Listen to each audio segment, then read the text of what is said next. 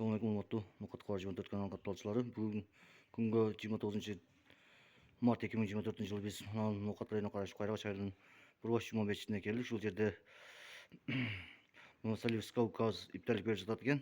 Шықырды да сол жерге қызметке келдік. Компаниясы. Hazır çalдар авиа компания екен.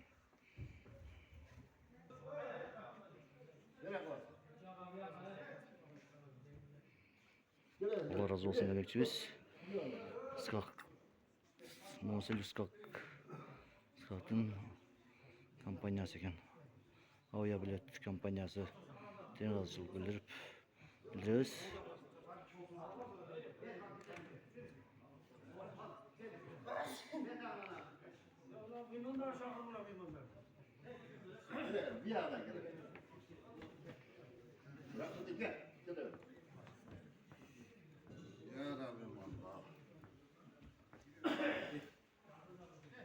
Сеген тартқалы.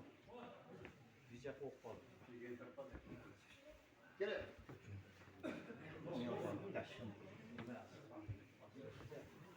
Ya iki de var.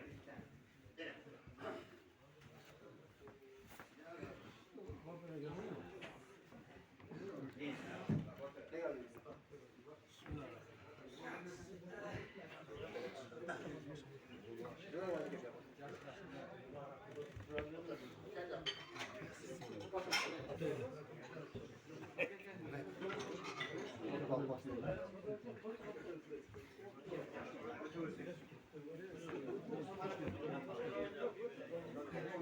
Orta kamını meklarınızdır, orta kam.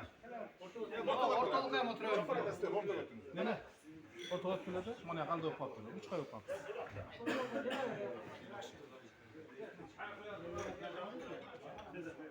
Çorbaya mı kep kaldı?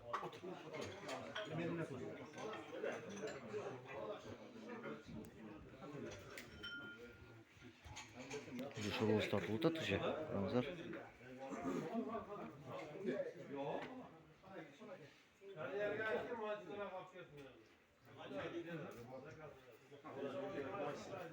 Bekle, maçsız da git.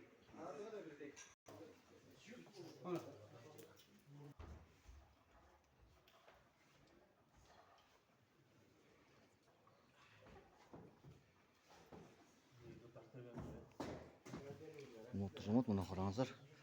Қайрағаштың қарашты Қайрағаш ауылының Бурбаш Жұма мешітінде ифтарлық болдық мына. Меймандар келген қарасыдан жамаат келген даватшылар. Шо мына.